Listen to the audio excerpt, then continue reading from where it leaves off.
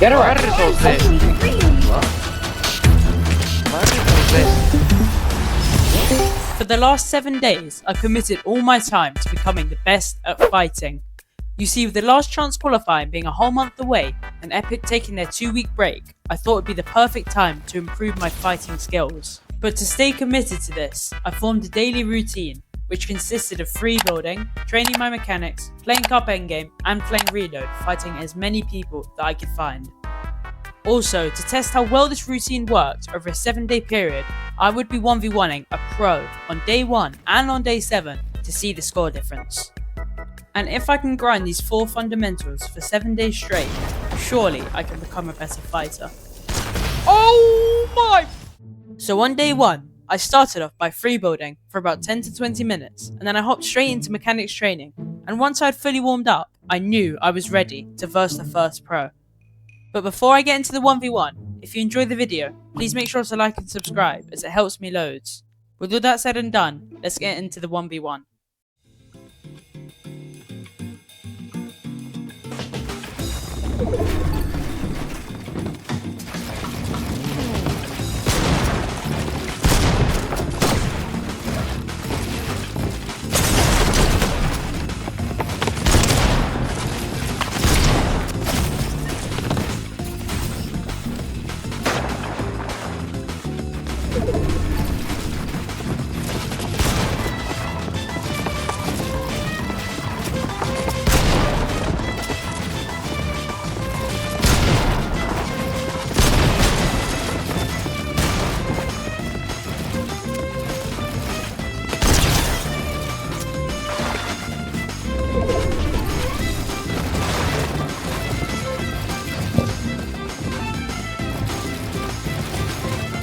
You clip him.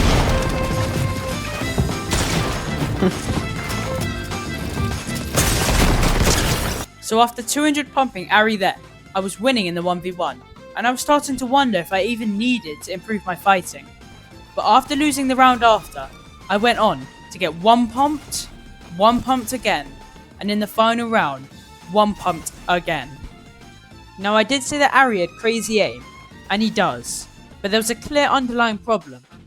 You see, in the 1v1, I kept doing bad edits that left me exposed, resulting in me getting max pumped. And so heading into day 2, with the 1v1 in my mind, I went straight into mechanics training, and I had a new approach. You see, normally when I would play this map, I would just mindlessly do tunnels with no real thought behind my gameplay. But on day 2, I focused on my peaks and the best way to do edits without getting hit.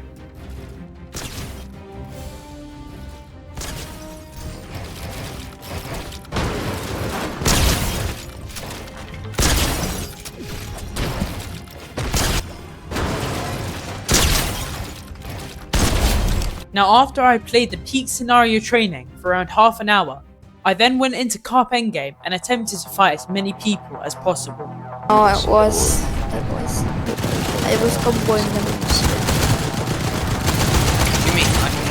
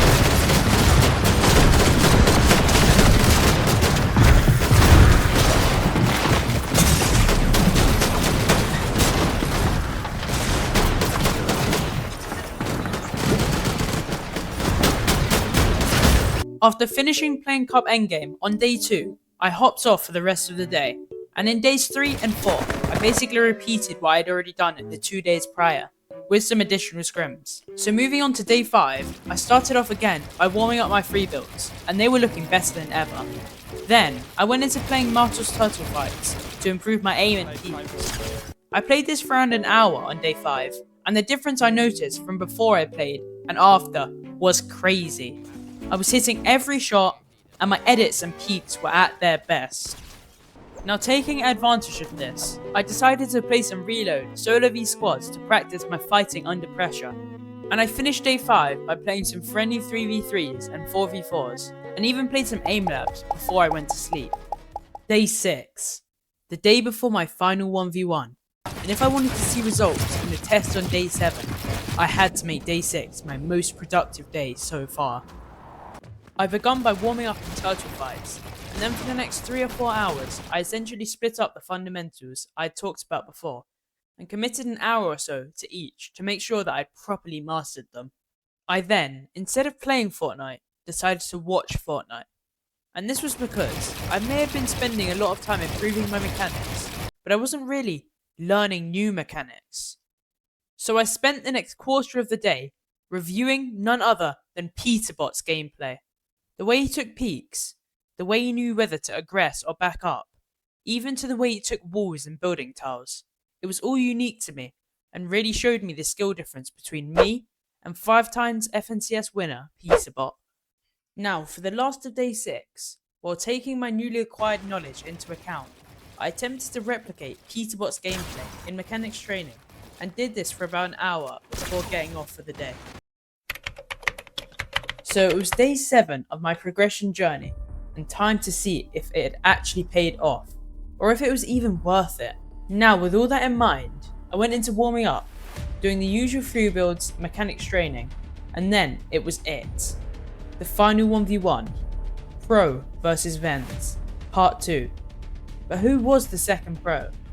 Meet Zarbe, arguably the best token player in EU, with over 53,000 PR and nearly 6,000 earned, doing things like this to Pink and Venner. He's playing with his food, bro. Wow. But look, bro. How the fuck is he not winning it? What do you mean, bro?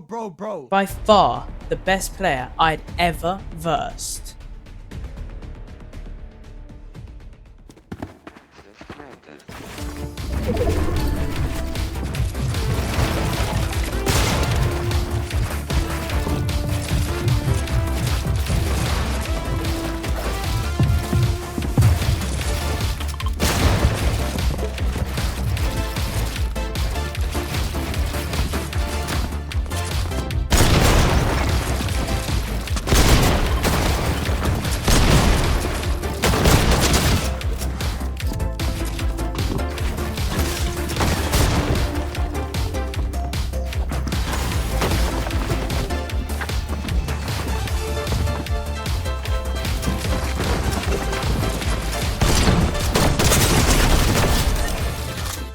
After winning the first round, I was convinced that even though it was a lucky win, my fighting had improved, and this carried on in the rounds further.